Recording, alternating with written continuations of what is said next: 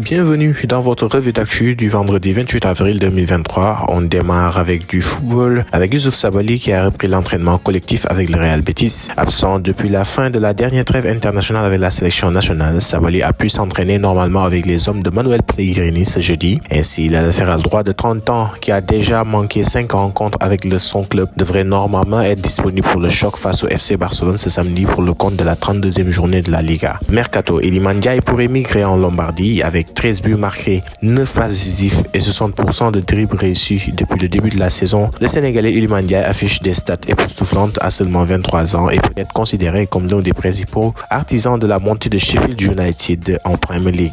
D'ailleurs, ces statistiques n'ont pas laissé indifférents certains clubs d'Europe, notamment d'Italie, qui veulent s'offrir la pépite sénégalaise. Selon Foot Mercato, le Milan AC qui cherche à renforcer son secteur offensif pourrait jeter son dévolu sur Iliman Ndiaye cet été. En lambe, c'est désormais officiel, Gris Bordeaux et Ama Baldé vont se croiser le 9 juillet 2023. Après le report du combat initialement prévu le 5 février dernier suite à la blessure de Ama Baldé, le CNG avait donné une indisponibilité de 30 jours au fils de Falaye, qui a enfin reçu le feu vert du CNG grâce à son certificat de guérison déposé récemment. Ainsi, le promoteur Ibrahima Diop de Kadior Production a régularisé l'affiche avec une nouvelle date ce jeudi au CNG en présence des managers. Nous avons un combat et on se concentre sur celui-là. On verra un nouveau Ama Baldé, a déclaré Abdou Bahoum, manager du lutteur de Pékin. De son côté, Khalifa Dia, manager de Gris Bordeaux, affirme que son poulain est déjà prêt. Maintenant, il s'agira de consolider les acquis pour le dirigeant fassois. Le Tigre de Fass sortira facilement de ce combat contre Ama.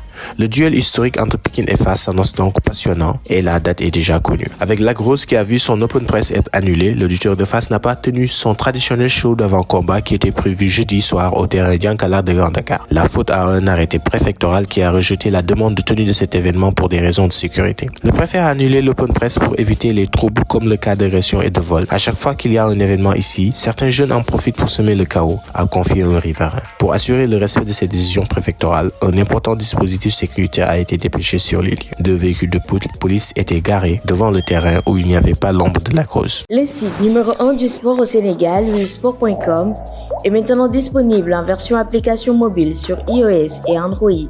Retrouvez l'actualité du Sénégal pour tous les sports en direct sur votre téléphone: football, lambe, basket, sport de combat, athlétisme et bien d'autres disciplines. Toutes les statistiques des championnats sénégalais, les matchs, les résultats, les classements à suivre en direct sur votre application Sport.